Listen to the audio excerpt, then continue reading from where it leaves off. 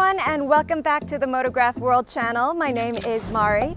Today we're back with a comparison between the Volkswagen Tiguan diesel and the Kia Sportage hybrid. Let's take a look at the design and how they drive on the road.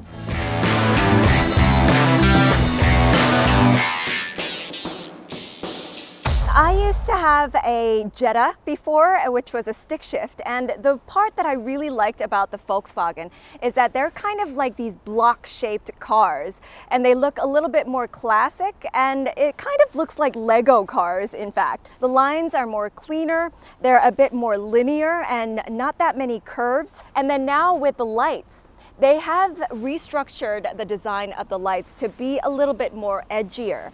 And now you have the chrome grille, and down here you also have some chrome detailing as well as the plastic bumper part. Still very clean and very masculine, but a little bit cute.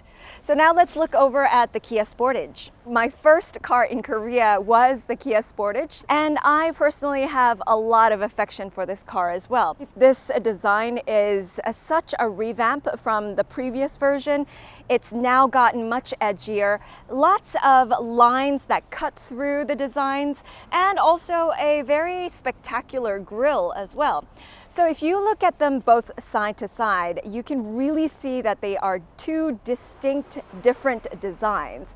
And now, if you look at the side of the Volkswagen, even if you're a really bad artist, you could probably draw the profile of the car in just about 3 lines. I love that simplicity. Some people might think that it's a bit boring, and some people might think that it's a bit outdated, but for me personally, because I like this kind of philosophy, I think that it works. This model also has the 235/50 19-inch tires on it, and the use of chrome details. I guess with this color it's okay, and you could try and experiment with other colors. I personally would have liked it better if it was just a black rim. But I do like the fact that the windows are quite taller on the Tiguan compared to the Sportage. You'll have a better line of sight, and of course for the second row seat passengers, they'll also get a good line of sight as well. And now the profile of the Sportage is very much different from what you see on the Tiguan. It's a nice comparison because there's such different types of cars in terms of design as well as the drive. So this kind of wind gushing through, flowing lines are, I think, one of the strengths of the new Sportage. It works. So it's really more of a preference issue on what kind of design that you like. With the new designs, you have the black detailing on the back lights as well as the window trims. And on the Sportage, you have the 335/60 18-inch tires and wheels. So a little bit smaller than the Tiguan. Once again, I'd like to mention that the windows are slightly smaller on the Sportage compared to the Tiguan. I'm really torn between the two models because I like both of them. I mean, they both have their pros and cons, but I personally would go for the Sportage for the backside design. It's a little bit more futuristic compared to the Tiguan. I think the reason why is because I've seen this kind of back face a lot. And as for the Kia Sportage, it's a bit new. But once again, the Tiguan has maintained its classic lines, but then added touches and details to the lights, making them a bit edgier, and as well as the lines, which have been refined a little bit from the curvy lines a little bit more to the linear lines. Some of the details on both of the cars, you have the backside back window wiper at the bottom here for the Tiguan. As for the Sportage, you have it hidden on top, so you don't have anything that is hindering your sight at the bottom. You see that this is plastic and it's hidden completely. It makes you look as if it's the exhaust pipes down here and on the other side, but in fact, this one is completely hidden right underneath. You can also see that there's a lot of chrome detailing on this model as well. And now moving over to the Sportage. Again, this is all fake and you don't see any kind of holes. It's plastic and the exhaust pipes are hidden down below. And now we've popped open the trunks. At first glance, which one do you like better? I personally like the Sportage trunk much better because it looks cleaner, much wider, more spacious, and it looks as if, you know, they put in a lot of effort for the details and the finishing. And now let's test out the trunks with the Mari trunk test. It's very easy to get in. The opening is quite low. And if you take this part off, if I sit with my legs stretched out, I can easily fit in and it's quite comfortable. Except as for the depth of the trunk, it's not that deep. And you'll also be able to fold up the second row seats. As for the opening, I think that they're very similar, except this part is a little bit higher up. In terms of spaciousness, the Sportage is much spacious. And with the second row seats folded up, you'll even have more room to yourself. And now for the Tiguan, if you open up the lower compartment of your trunk, you have a spare tire. A lot of our viewers didn't really like the fact that the new cars these days don't have spare tires, but the Tiguan, you have one spare tire. And now the Sportage, of course, can open up the lower compartment as well. You have space in order to put in your tire mobility kits as well as some other tools, but no spare tire. Now I'm in the driver's seat of the Tiguan. As I mentioned, the line of sight is impeccable. I think it's really good because of the height of the windows. The side windows as well as the front window provides excellent line of sight. The overall design inside, it's still very classic and it still has that kind of linear Lego type of design that I mentioned before, but they do have some new informatics and the displays have been enhanced as well. This is a much more bigger touchscreen and you also have the digital gauges in the driver's cockpit. I love the fact that they have the knob here, because this is something that's very analog and I personally love the stick shift manual type of transmission. It brings up a lot of good thoughts and memories. You have two cup holders also in the shape of hexagons, and you have a middle center compartment, not too big, but just enough for I think maybe 2 or 3 water bottles. Now as for the seats, it's a bit sturdier, it's firm. And even with the design too, I personally like this better because it kind of is like the scallop or the waves. It just has the basics. And I think that that is more of my preference. And they really give you good grip. So for a smaller girl like me, I think is much comfortable because it actually just wraps around you. As for the materials, it doesn't look as if they've used an enormous amount of money on the interior materials. They're just basics. Leather, plastic, polyurethane. This part is also the kind of cushiony polyurethane. The screen is actually a dust grabber. So I tried turning on the screen and it immediately took my fingerprints. For those of you who are particularly sensitive about dust as well as little particles being seen on here, the screen might be a turnoff. As for legroom, it's pretty comfortable. It has a lot of space and I like the fact that it's very tall. Maybe it's because Germans are so tall. I think that it provides more than enough space and the seating area isn't too big, so you have a lot of leg room.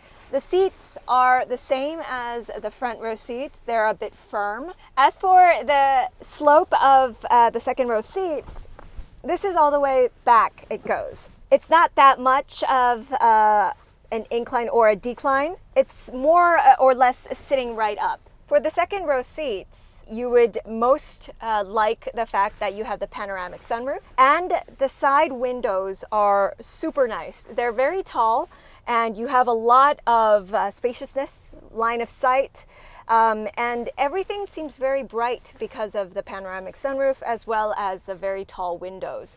Okay, now let's look at the armrest in the center. You have 2 cup holders A very generic armrest. You have 2 air vents in the middle console. You also have a lot of space to store small things. Like on the back of the seats, you have these 2 envelopes where you can just stick your card or your keys in. You also have this compartment right here, both the same for the 2 seats. You also have a compartment on the door trim, but then there's also a light trough in which you can still put in a couple of your things. And now the center tunnel, it's huge. We've seen a lot of cars these days with very low center tunnels, or none at all even. But this one has a really big center tunnel. Because this is a 4-wheel drive, that could also lead to the fact that you have the big center tunnel. Now I'm inside the Kia Sportage in the driver's seat, and another stark difference from the inside of the Tiguan. The joined screens immediately grab your attention as you enter the car, and this is just very distinctive of Hyundai and Kia cars these days. Having the 2 be connected together, just aesthetically, it makes it look much bigger and more unified. So here you have 12.3 inches for the screen, which is even larger than the Tucson. And so those 2 put together make it just a very nice look, and it's very clean in one whole movement. And you have very nice line of sight, and every detail inside is also revamped, and it's completely different from what it was before. So inside you see a mixture of different materials being used for the top part here, and then here the wood veneer panels. And you also have the black high gloss features down here. This, I think, might become an issue for people who are a bit sensitive to dust, because even when I just sat down, there was a lot of dust on that I had to brush off. You have a very wide center console compared to the Tiguan. You have the 2 cup holders as well as a much larger center compartment. And now the seats. The seats are more comfortable compared to the Tiguan, and it's more curvaceous. It's also making use of different materials on the seats. You have the suede-like material on top, and then the leather down here. But then in the middle you have the perforation, and you also have the diamond quilting in the center part. I knew it was going to be a little bit more spacious compared to the Tiguan in terms of the legroom as well as the width. And as for headroom, I think it's almost similar, or the Tiguan even has a bit more space. But overall, it's very comfortable, and you have more than enough room in the second row seats. One more thing that the Tiguan does not have, you have much more angles that you can actually play with. And so you can almost be slouching down in the second row seats, whereas in the Tiguan, it was sitting upright. The seats are the same with the 3 different types of materials: the leather, the perforated leather, and the suede-like material. If you're sitting in the second row seats, the windows, once again, are a bit narrower compared to the Tiguan because of the proportions of the car, which you have this part much higher up. However, you do get the width, so it's not like you are suffocating or you don't see outside, but still, in terms of the height, it's a bit smaller than the Tiguan. You still have the panoramic sunroof, which also provides you with lots of sunlight. And the smaller windows at the back, once again, are much smaller, so they don't really feel like windows. And as for the center console, this one has the same generic center console with 2 cup holders. You also have various different compartments and places where you can store things. You have the center console with the 2 air vents. And compared to the Tiguan, this one has a really low center tunnel. It's a bit wider, but still much lower. So even if you're sitting in the center seat, it's not too bad. And for the Kia Sportage, you have the C-type USB ports at the back of the seats and not down here. We haven't done any kind of fast driving or whatnot, but I can completely feel that this is a diesel engine. So immediately, what I mean by it feels like a diesel engine is that when you step on the gas, you hear the loud revving sound of the diesel engine. It's quite loud, and as for the vibrations, it's gotten much better compared to my old Jetta, but still it has a lot of vibrations and it's quite loud. For those of you who are accustomed to how Volkswagen diesel models drive, it's a very distinct Volkswagen. You can hear the engine, you can also feel the engine revving. It's a strong engine and you can feel that as well. But if you want one of those very smooth, comfortable rides, maybe this might not be the car for you. And you really have to step on the gas. Whereas a lot of Korean models, if you just even step lightly on the gas pedal, it just goes. But this one, you really have to step on the pedal for you to feel the car moving. So in terms of the drive, it might not be an apple-to-apple comparison because this is a diesel engine and the Sportage Kia is a hybrid. So there are two very different drives. And even with the transmission, this is a 7-speed DCT, whereas the Kia Sportage is a 6-speed auto transmission. So there may be some differences that come from there. Now, if you step up and get faster out on the road, then you feel the power kicking in. And it is much more of a smoother ride from then on. But I think for in-city driving, you kind of feel the car sagging along. As far as the overall handling of the car goes, it's quite responsive. And as for the sounds of the wind as well as the tremors and the vibrations from the road, it has become a bit softer compared to its previous generation, but still it has a little bit of that rigid suspension. But I personally would like this kind of drive because it makes you feel as if you're driving. You have to have a little bit of that sound with the wind, with reading the road. And this car is also one of those types where it really does read the road. So now I've turned on the sports mode. You get a little bit more push back from the pedal when you're stepping on the gas. And you hear the revving sound a little bit stronger. Very distinctive of Hyundai and Kia models. It's a very smooth and swift ride. The handling is very easy. The steering wheel is pretty light.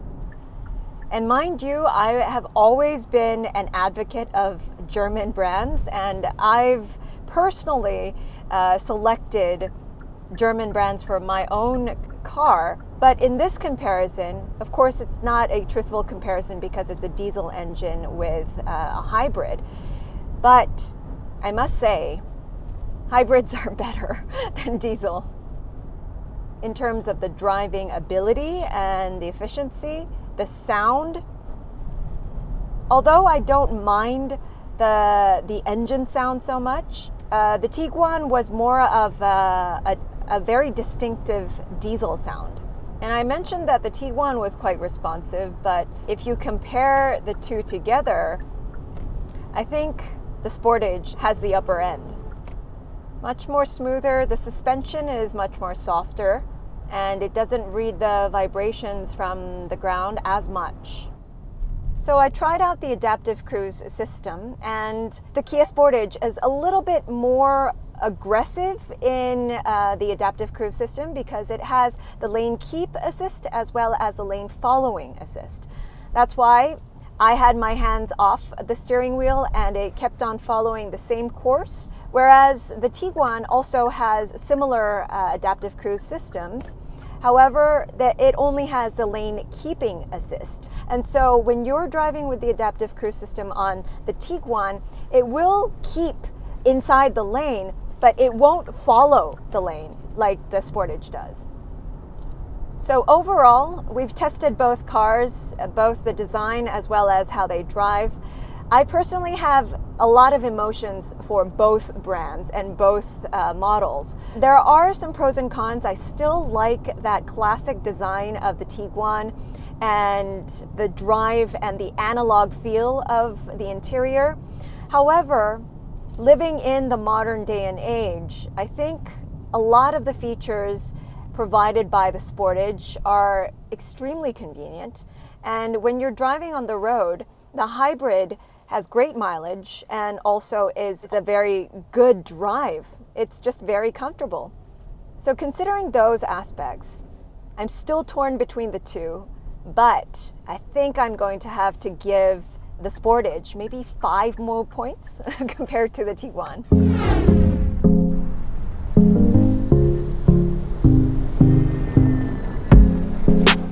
So, how did you like our review? Remember to comment down below and also to click subscribe.